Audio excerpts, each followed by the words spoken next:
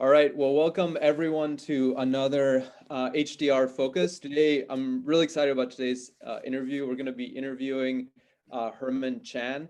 And just a little background on Herman. So Herman's actually one of the San Francisco Premier's real estate agents. And I really do mean this. He is the undisputed #1 top producer in all of 425 agents in Sotheby's.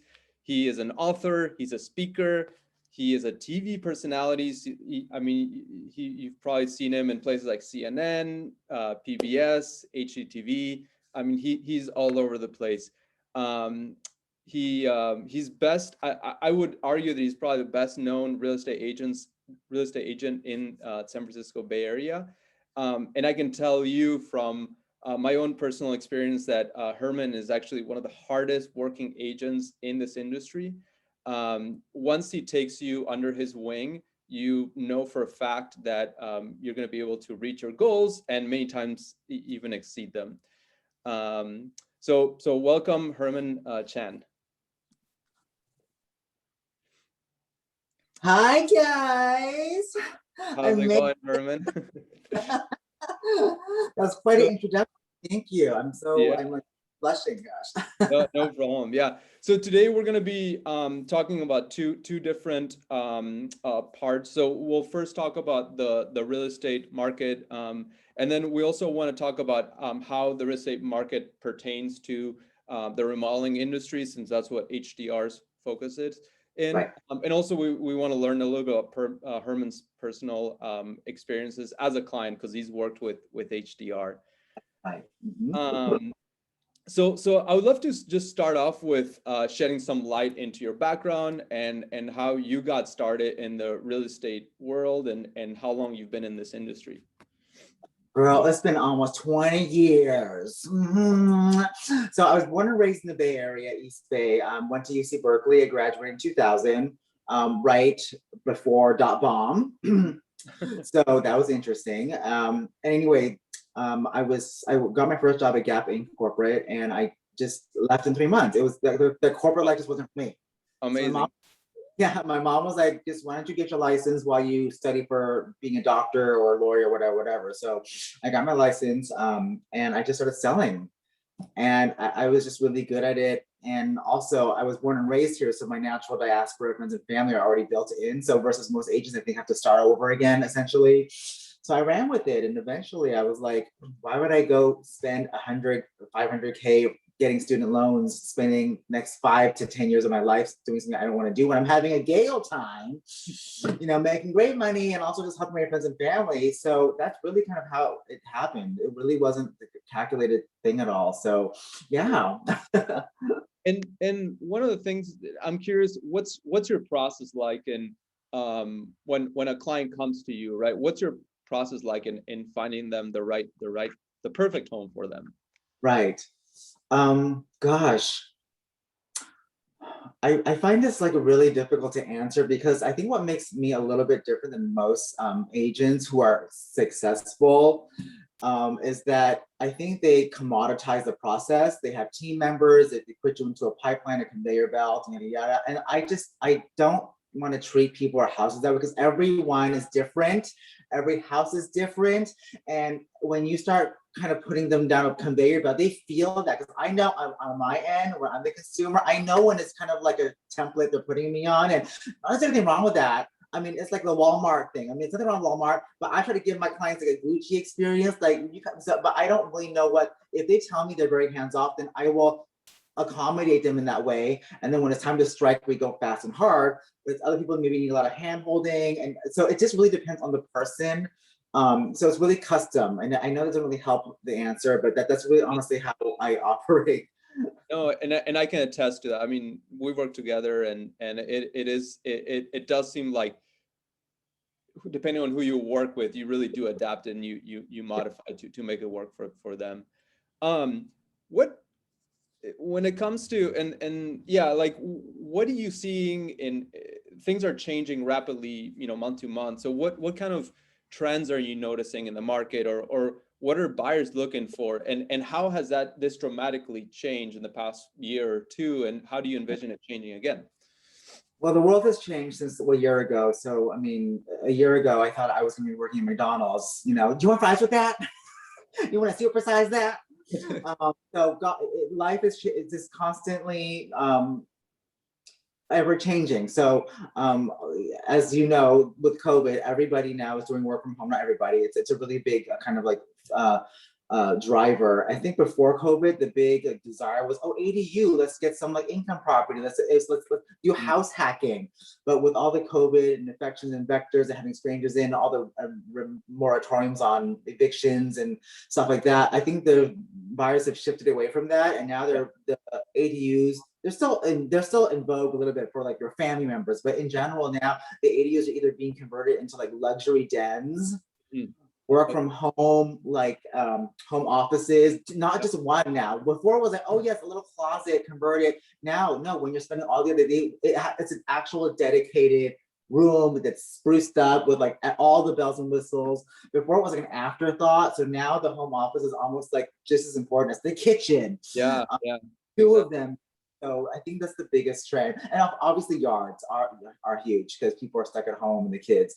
You know, we're 1 year into this COVID mess. So I really wonder where the trends will be this year as, you know, the vaccines are starting to roll out and people are starting to kind of get out of their house again. So it'll be interesting to see what happens. But in general, I think houses are still bonkers. There's a less of a demand for condos because of the shared HVAC systems and the elevators. So yeah.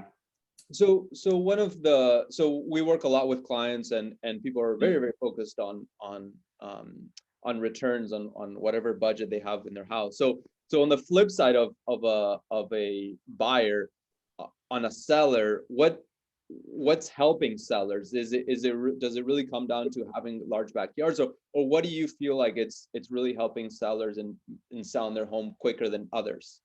Right. I think we have to understand that the times we're living in are different. So, for example, right now I'm in a listing right now with 5 bedrooms. Hmm. Maybe in the past you would do every room as a bedroom, but Hmm. because now everybody is working from home, I specifically discussed with the stagers that we need to have like an office and an art studio as one of the, because that's just what people want now. Yeah. So staging and portraying telling the right narrative to fit the times is important. But you know, as you know, people still are living at home and cooking and cleaning. So Yep. bathrooms are always a great return on investment. So if you're going to be doing something, whether you're selling short term or long term, that's pretty much where you should put your money, because that's what people are most sensitive to, because you're doing all your personal business there.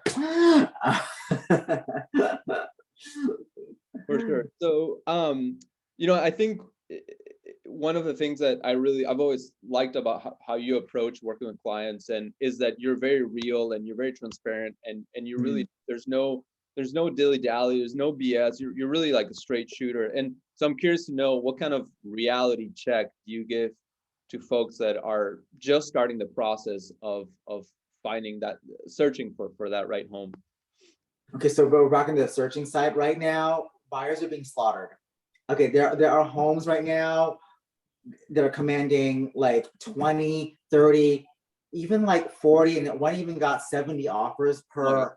I mean, it's just mind blowing. And my advice to people, the buyers in this market, is you're like the Olympics. You're at the Olympics. If you're not trying to go for gold, there's no point to even try. They're just not. Okay, like. And I think a lot of buyers feel, well, I'm gonna write a special letter, or I'm why are you not special? I mean, like, it's just like the market will go where the highest and best offer is. And so when you're dealing with 20 or more offers, you have to be realistic. So, and oftentimes I think a lot of agents don't want to tell their clients that because they don't want to disappoint the client or lose the client. Yeah. But the fact of the matter is, you're actually doing them a disfavor because you're putting them through this huge emotional roller coaster. Yeah. So that's kind of like, so I just rather be straight. I mean, I don't want to mislead anybody. And the same thing on the flip side for sellers. Like, I want 3 million for this house, but I know it's not. I will say that. And sometimes I actually will lose listings for that, because the sellers want to hear that their house is worth more than it probably is. And there are agents out there who will promise you the world, and then come 2 months later, you're still sitting on the market with 2 price projections, and all of a sudden there's poo on your face. Yeah. And so it's kind of like, I just want to be honest and save people time, but they don't always appreciate it. Yeah. No, I think people look for honesty, and sometimes the truth hurts, but it's Yeah, important that you give yeah. it to them straight. So, um, how when you're going through the process and of finding a home, what are the like what do you feel or how much do aesthetics and design play into a search? Are people, and I'm sure it varies depending on the client, but are people willing to look to the side if like the space is not necessarily what they like, or are people generally just want to have something that is dialed in, that matches their aesthetics and it's ready to go?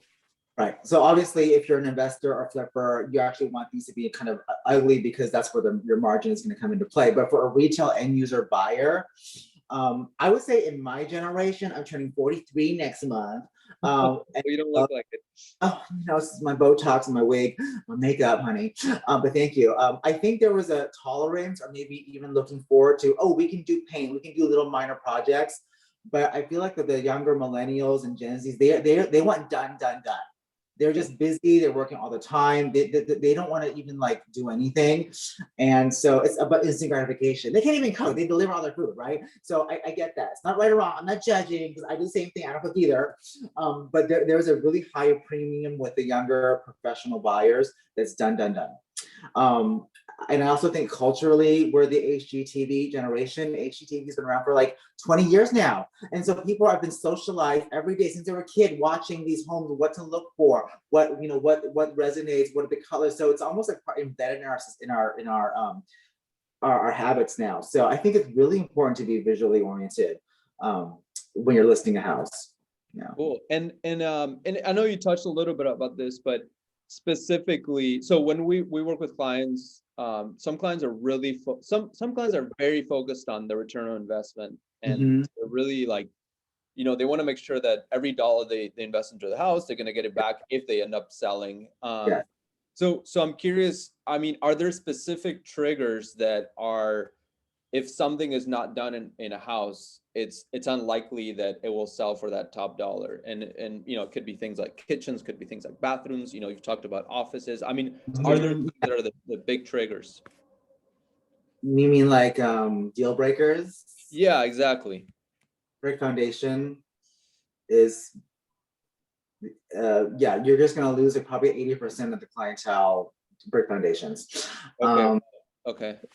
they anything to do with like the unsexy stuff, like mold, Okay. drainage issues, those things are problematic because they're systemic to a property. So yeah, I mean everything else nowadays, I feel like I kind of feel like in a certain price range under 2 million, you could be an ashtray and still be selling a lot because this year has just been going bonkers. So, Yeah. I hesitate to say anything more than that. So, I Okay. mean, in the short sale crisis, like, 12 years ago, it would have been totally different. But I mean, Right. Right.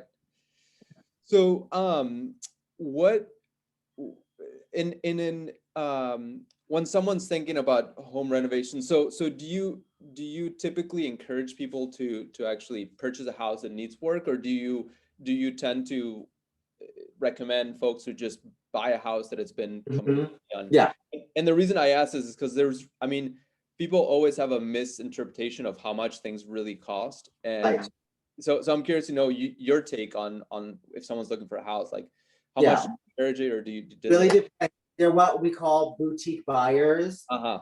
meaning they just want everything to be done. They're already thinking about putting a Christmas tree there, and they can't lift the hammer. They can't hammer a nail to save their life.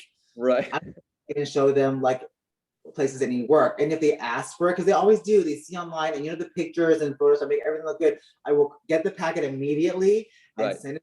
Say this needs, 70K and pass. Look, and immediately I've saved myself from having to like waste a whole afternoon shopping with them because it's off the plate. For other people who are okay with that, that's an opportunity. So it just kind of depends. I mean, for you, what I love about you guys is that, for example, we're doing this one deal right now in Oakland Hills. Uh-huh. We're arranging for you guys to come and just do a little walkthrough on the property Yeah. because it's a past client of ours. I mean, I'm sure you know who it is, and so it's great. It's such a valuable like service that you guys can do to give somebody a walkthrough and give an actual number because Right. I don't Googles everything, and the home inspections don't have any associated cost to it. So it's like a really big mystery to many people. So I mean, It, I would set yourself with a good team, such as yourselves, who can yeah. help give some true numbers. Totally. Yeah. It is we do get that a lot, and it does help people because many times they'll say like, oh yeah, we can definitely make this happen, or the other one, which is like, whoa, this is much more expensive than I thought it would be. Maybe we Right. should look for something a little more dialed in. Right. This kind of dovetails to another question, which is, we've worked together. We've actually, done remodeling projects in your own home. So I'm Yeah. curious to know how, It won a war, girl. Yes. uh, so I'd love to learn like more about, what your experience was like. And I know it's been a few years, but what your experience was like as a client, and also how you decided on working on the specific projects that you ended up working with. That's a big question, but I will Yeah. say what my experience has been with you guys is the same as what my other clients, because I sent you guys lots of clients. And the Yeah. thing about it's like there's a very loyal following for you guys. But it's for definitely for a very specific type of person who does not mind paying an extra premium, but it's security, knowing that everything is top level and taken care of. They don't have to worry. They don't have to micromanage or do. And so that, especially for professionals or people of a certain strata, means the world. I mean, so that was exactly what my experience has been. Is that because I hear so many people shop around for different contracts and the price, but nightmare stories. Just like I'm not trying to slag on. It's just like in real estate agents. There's a whole range of type of people in our professional.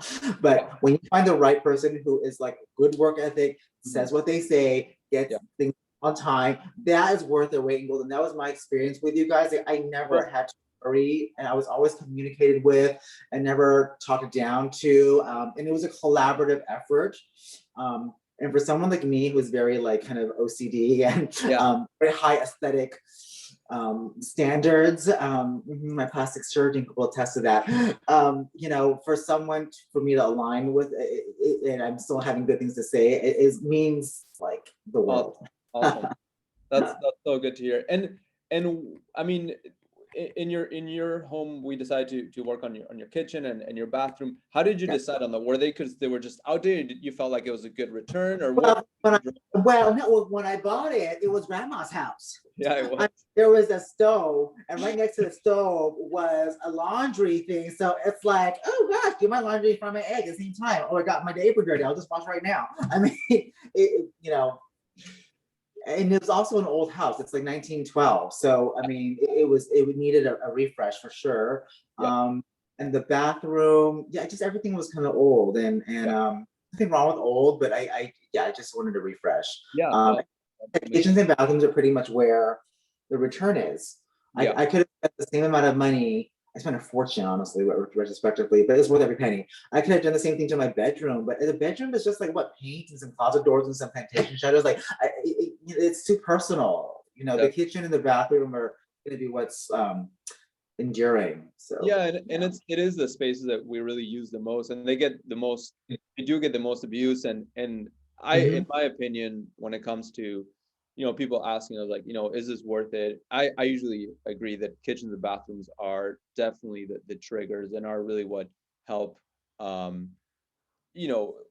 In a time of sale, like I think if a house has a kitchen and the bathroom's done, it's like it means a lot, right? Because everything is much easier. Yeah. Well, to your point, I mean, like you also came because during the whole COVID thing, when Equinox closed, like I wanted to do a gym at home. And so you came, you gave your opinion, you gave me a pricing. And for me, I decided not to move forward with that project because like I could put that money elsewhere into my property. Because I mean, the gym would have been so personal to me, how I worked out. And it wouldn't have been, I would have to give up part of my garage, which may have hurt the sale later on. So, I mean, you're really instrumental in me kind of like diverting away from that. So thank you. See, it's good. You have to tell people bad news, not bad news, but be honest, and that I can make my own decision as a client. Definitely. Sell real estate too. Just give them the facts and maybe a little bit of your opinion, and then they're smart people, hopefully. Awesome. So as we come to a close of this HDR focus, there's a few more questions that I have, and I think you're probably one of the most passionate real estate agents I know, and I mean, you really breathe the industry. So I'm curious to hear what is the most rewarding portion of it? What are the things that really make you just like get really stoked and really excited as part of your day to day? People think, oh, it's the money. You making so much money. I'm not, honey, I can have retired years ago. It's not about the money. Oh, you only like to sell luxury. No, I'm selling condos in New York for 390.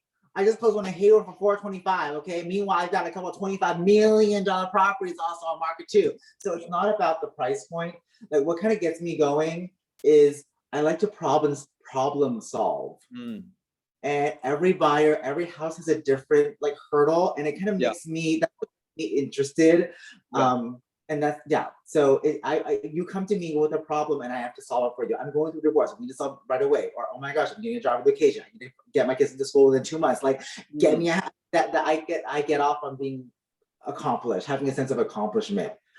Yeah, I'm a when I say. Yeah, no, that's, I mean, that's huge. And it is, I mean, it's, um, I think having that talent and also that desire to be able to problem solve, it's just so important. And everyone has their problems, and the fact that you can like focus that in and be the person to solve, I'm sure it's really rewarding. So I totally get why you like it and why you're so good at it. Because if you're not, I mean, everyone says, right, don't follow the money, follow like whatever desire you have. So, and the money will come. So that's so true. Um, and finally, what would you say are some of the takeaways from today's conversation, or are there any kind of advice that you want to leave to people who are, either buying or selling or remodeling? What, I mean, what would you, if you want to at least put out some sort of takeaway? It's probably the best time to ever sell right now in probably my entire career. So if you're a seller, unless you're a condo owner, if you're a condo owner, let the market's flat. But as a single family, Uh-huh. now the time to strike. If you're a buyer, fasten your seatbelts because um, it's a very crowded space right now. So if you're not in it to, you're not going to offer to kill. Don't even write. Don't even. And then in terms of just like general real estate I think that it's important to align yourself with people who are going to give you the best advice, not just real estate, but also like remodeling, for example, and who are gonna give you like who have a great track record, and they're just not in it to like make a quick buck. Mhm. A lot of contractors do, mind you, and real estate agents, but you need someone who's really passionate and has a work ethic. And I think that's why you and I have kind of Yeah. maintained a relationship for so long. And I feel secure giving you all of my like referrals. Yeah. Yeah, it's so as a homeowner for remodeling stuff, just be very selective about who you partner with. Because once you're mid project, it's very difficult to get divorced. Yeah, pretty much impossible. Yeah. That's so true. So, cool. Well, this concludes, yeah, today's chat. It was honestly just amazing chatting with you, Herman. It was a pleasure. And yeah, we'll be seeing you here pretty shortly. So again, great chatting. Okay, Yeah. bye. All right. Have a good one. Thank you so much.